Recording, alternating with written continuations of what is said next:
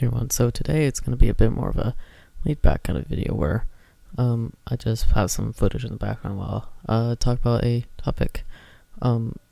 So after the recent nerf, well, not real recent, it's been a couple months, playing Ambassador Spy has been a bit of a lost cause recently, really, with less and less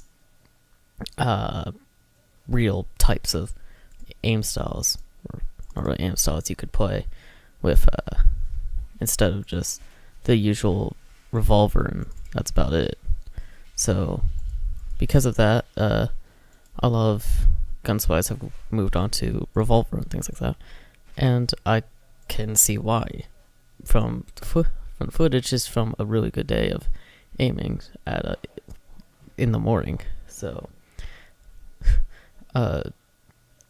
but with all the things that you see in the clips here, it's all things you could do with the Revolver at the same distance.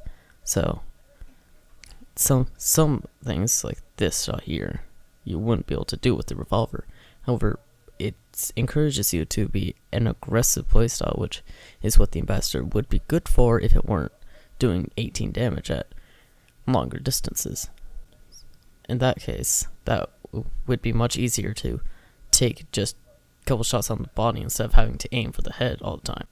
Spies like Toast and Inso and people like that have and will be using the Ambassador for a while because they've practiced thousands of hours with it and they know exactly what to do with it, and they haven't used the Revolver much. Because of that, many people who haven't practiced millions of hours like myself just want to move on to a weapon that's actually suitable for them and without having to worry about the sniper being pocketed at 56 HP and be able to maybe do enough damage for him to fall back. But that's with kind of a lost cause now again, as I've stated, because you can't do that much damage at long range. The Ambassador's main purpose was to be introduced along with the Razorback.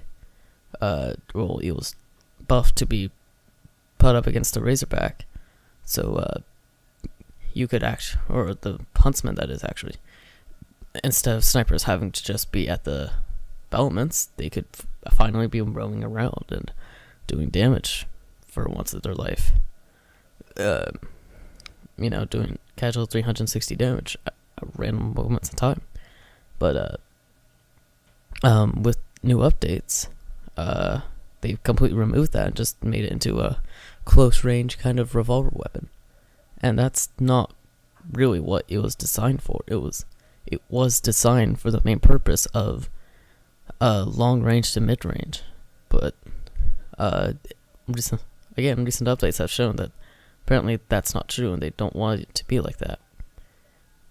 So they shouted that the Ambassador would be able to be abused at longer distances because the spy should not be able to be sniping at a long distance.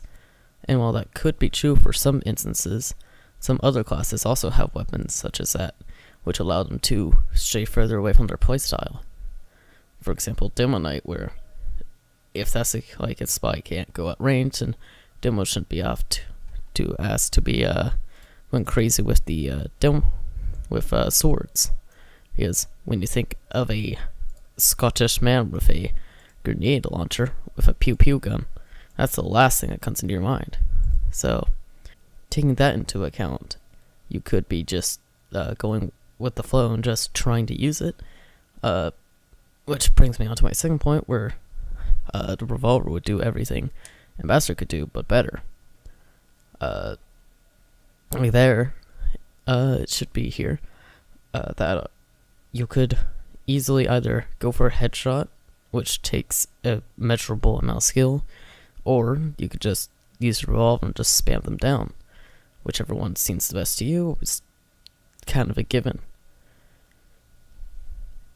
Anyway, so using things like that, the good old argument of anything a sniper can do, spy could do. Whoops. Everything Spy can do, Sniper can do better. Anything Spy can do, Sniper does better. Sniper does everything better than Spy. No, he can't. Yes, he can. No, he can't. Yes, he can. No, he can't. Yes, he can. Yes, he can. Anything Spy can kill, Sniper kills faster, all without dying right after it too. It's further amplified to the fact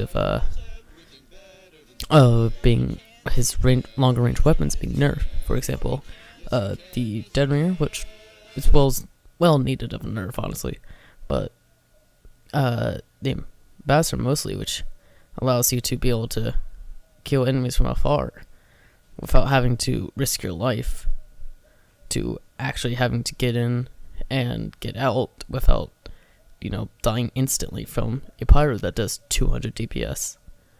But I'll save the pyro talk for another time, because this was actually a pretty lucky game where not everyone went pyro.